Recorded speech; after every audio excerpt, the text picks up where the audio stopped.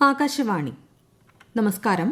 പ്രത്യേക വാർത്താ ബുള്ളറ്റിൻ വായിക്കുന്നത് അഞ്ജന പുതിയമഠം. പ്രധാനമന്ത്രി നരേന്ദ്രമോദി നാളെ ഹരിയാനയിലെ ഗുരുഗ്രാം സന്ദർശിക്കും.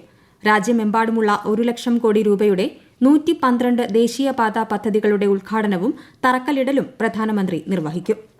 ദേശീയപാത 66-ൽ മുക്കോല മുതൽ കേരളം തമിഴ്നാട് അതിർത്തി വരെയുള്ള 4-വരി പാതയും തലശ്ശേരി മുതൽ മാഹി ബൈപ്പാസ് വരെയുള്ള 4 ലെയിനിങ്ങും പ്രധാനമന്ത്രി നരേന്ദ്രമോദി നാളെ രാവിലെ ഓൺലൈനായി ഉദ്ഘാടനം ചെയ്യും. 2,796 കോടി രൂപയുടെ പദ്ധതികൾക്ക് 35 കിലോമീറ്റർ ദൈർഘ്യമുണ്ട്. ഇതോടനുബന്ധിച്ച് തിരുവനന്തപുരത്ത് നടക്കുന്ന പരിപാടിയിൽ കേന്ദ്ര സഹമന്ത്രി വി മുരളീധരൻ മുഖ്യാതിഥിയാകും. തിരഞ്ഞെടുപ്പ് മുന്നിൽ കണ്ടല്ല രാജ്യത്ത് വികസന പദ്ധതികൾ ആവിഷ്കരിക്കുന്നതെന്നും ചെറുനഗരങ്ങളുടെ വികസനത്തിലാണ് സർക്കാർ ശ്രദ്ധ കേന്ദ്രീകരിക്കുന്നതെന്നും പ്രധാനമന്ത്രി നരേന്ദ്രമോദി ഉത്തർപ്രദേശിലെ അസംഗഡ് ജില്ലയിൽ സംഘടിപ്പിച്ച പൊതുയോഗത്തെ അഭിസംബോധന ചെയ്യുകയായിരുന്നു അദ്ദേഹം. ഉത്തർപ്രദേശിൽ 34,700 കോടി രൂപയുടെ വിവിധ വികസന പദ്ധതികളുടെ ഉദ്ഘാടനവും തറക്കല്ലിടലും പ്രധാനമന്ത്രി നിർവഹിച്ചു.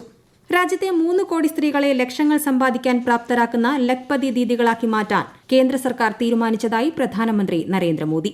ഛത്തീസ്ഗഡ് സർക്കാരിന്റെ മഹ്താരി വന്ദൻ യോജന ഓൺലൈനായി ഉദ്ഘാടനം ചെയ്യുകയായിരുന്നു അദ്ദേഹം. പദ്ധതിയുടെ ആദ്യഘട്ടത്തിൽ 70 ലക്ഷത്തോളം സ്ത്രീകളുടെ അക്കൌണ്ടുകളിൽ 655 കോടി രൂപയുടെ ആദ്യ ഗഡു അദ്ദേഹം ഓൺലൈനായി നൽകി. നമോ ഡ്രോൺ ദീദീസ് നാളെ ന്യൂഡൽഹിയിൽ സംഘടിപ്പിക്കുന്ന സശക്ത് നാരി വികസിത് ഭാരത് പരിപാടിയിൽ പ്രധാനമന്ത്രി നരേന്ദ്രമോദി പങ്കെടുക്കും.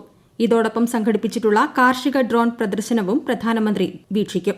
ഗ്രാമീണ കാർഷിക മേഖലയിലെ വനിതകൾക്ക് പ്രധാനമന്ത്രി 1000 ഡ്രോണുകൾ കൈമാറും. പ്രധാനമന്ത്രി നരേന്ദ്രമോദി മറ്റന്നാൾ ഗുജറാത്തും രാജസ്ഥാനും സന്ദർശിക്കും. ഗുജറാത്തിൽ 85,000 കോടി രൂപയുടെ വിവിധ വികസന പദ്ധതികൾ അദ്ദേഹം രാഷ്ട്രത്തിന് സമർപ്പിക്കുകയും പുതിയ ചില പദ്ധതികൾക്ക് തുടക്കം കുറിക്കുകയും ചെയ്യും. രാജസ്ഥാനിൽ പൊഖ്രാനിൽ സൈന്യം സംഘടിപ്പിക്കുന്ന ഭാരത് ശക്തി അഭ്യാസ പ്രകടനത്തിനും പ്രധാനമന്ത്രി സാക്ഷ്യം വഹിക്കും. വന്യമൃഗശല്യം നേരിടാൻ യോജിച്ച് പ്രവർത്തിക്കുമെന്ന് ബന്ദിപ്പൂരിൽ നടന്ന കേരളം, കർണാടക, തമിഴ്നാട് സംസ്ഥാനങ്ങളുടെ സംയുക്ത യോഗത്തിൽ തീരുമാനം. ഇത് സംബന്ധിച്ച അന്തർ സംസ്ഥാന സഹകരണ ചാർട്ടറിൽ കേരളവും കർണാടകവും ഒപ്പിട്ടു. വിഭവ വിവര കൈമാറ്റങ്ങൾക്ക് പ്രാമുഖ്യം നൽകിയാണ് ഉടമ്പടി.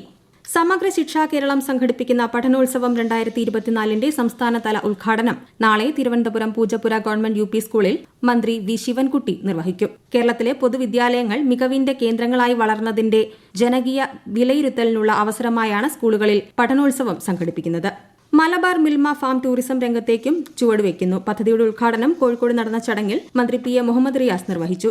വർക്കല ഫ്ലോട്ടിംഗ് ബ്രിഡ്ജ് അപകടം ടൂറിസം ഡയറക്ടറോട് റിപ്പോർട്ട് തേടിയിട്ടുണ്ടെന്ന് മന്ത്രി PA മുഹമ്മദ് റിയാസ്. റിപ്പോർട്ട് കിട്ടുന്നതനുസരിച്ച് നടപടിയെടുക്കുമെന്നും മന്ത്രി പറഞ്ഞു. സംഭവത്തിൽ ജുഡീഷ്യൽ അന്വേഷണം വേണമെന്ന് അടൂർ പ്രകാശ് MP ആവശ്യപ്പെട്ടു. കട്ടപ്പന ഇരട്ട കൊലപാതകത്തിൽ വിജയന്റേതെന്ന് സംശയിക്കുന്ന മൃതദേഹത്തിന്റെ അവശിഷ്ടങ്ങൾ കണ്ടെത്തി. വീടിനുള്ളിൽ കുഴിച്ചിട്ട നിലയിലാണ് കണ്ടെത്തിയത്. കുട്ടിയുടെ മൃതദേഹം മറവു ചെയ്തിടത്തും ഉടൻ പരിശോധന നടത്തും. പോർച്ചുഗലിലെ പ്രധാന അന്താരാഷ്ട്ര ചലച്ചിത്രമേളയായ ഫെന്റാസ്പോർട്ടോ ചലച്ചിത്രമേളയിൽ മികച്ച നടനായി ടൊവിനോ തോമസ് തിരഞ്ഞെടുക്കപ്പെട്ടു. ഡോക്ടർ ബിജു സംവിധാനം ചെയ്ത അദൃശ്യജാലകങ്ങൾ എന്ന ചിത്രത്തിലെ പ്രകടനമാണ് ടൊവിനോയെ പുരസ്കാരത്തിന് അർഹനാക്കിയത്. പാകിസ്ഥാൻ പ്രസിഡന്റായി ആസിഫ് അലി സർദാരി സത്യപ്രതിജ്ഞ ചെയ്തു. ചീഫ് ജസ്റ്റിസ് ഖാസി ഫേസ് ഈസ സർദാരിക്ക് സത്യവാചകം ചൊല്ലിക്കൊടുത്തു. ICC ടെസ്റ്റ് റാങ്കിങ്ങിൽ ഒന്നാമതെത്തി ഇന്ത്യ. ധരംശാലയിൽ നടന്ന ഇംഗ്ലണ്ടിനെതിരായ ടെസ്റ്റ് ക്രിക്കറ്റ് പരമ്പര 4-1 വിജയിച്ചതിന് പിന്നാലെയാണ് ഈ നേട്ടം. ഓസ്ട്രേലിയയെ മറികടന്നാണ് ഇന്ത്യ ഒന്നാം സ്ഥാനം തിരിച്ചുപിടിച്ചത്. രഞ്ജി ട്രോഫി ക്രിക്കറ്റ് ഫൈനൽ ആദ്യ ഇന്നിംഗ്സിൽ ഒന്നാം ദിനം കളി അവസാനിക്കുമ്പോൾ മുംബൈക്കെതിരെ വിദർഭ 3 വിക്കറ്റിന് 31 റൺസ് എന്ന നിലയിലാണ്. നേരത്തെ ബാറ്റിംഗിനിറങ്ങിയ മുംബൈ 224 റൺസിന് പുറത്തായിരുന്നു. കഴിഞ്ഞ 10 വർഷ കാലയളവിൽ ലോകത്തെ മൊബൈൽ ഫോൺ നിർമ്മാതാക്കളിൽ 2ാം സ്ഥാനം ഇന്ത്യയ്ക്ക്. 2.45 ബില്യൺ യൂണിറ്റ് മൊബൈൽ ഫോണുകളാണ് ഇക്കാലയളവിൽ ഇന്ത്യ നിർമ്മിച്ചത്. രാജ്യത്ത് വിറ്റഴിക്കുന്ന മൊബൈൽ ഫോണുകളുടെ 3% മാത്രമാണ് ഇപ്പോൾ ഇറക്കുമതി ചെയ്യുന്നത്. ആദായ നികുതി മുൻകൂറായി പിരിക്കാനുള്ള ഈ ക്യാമ്പയിൻ നടപ്പാക്കാനൊരുങ്ങി ആദായ നികുതി വകുപ്പ്. സാമ്പത്തിക ഇടപാടുകൾക്ക് ആനുപാതികമല്ലാത്ത രീതിയിലുള്ള നികുതിദായകർക്കും സ്ഥാപനങ്ങൾക്കും മുൻകൂർ നികുതി തുക കണക്കാക്കാനും ഈ മാസം 15-നോ അതിനു മുൻപോ തീർപ്പാക്കാനും അവസരമുണ്ടാകും. 96ാമത് ഓസ്കർ അവാർഡുകൾ നാളെ പ്രഖ്യാപിക്കും. അമേരിക്കയിലെ കാലിഫോർണിയയിൽ ഇന്ത്യൻ സമയം പുലർച്ചെ 4 മണിക്ക് നടക്കുന്ന ചടങ്ങിലാണ് പ്രഖ്യാപനം.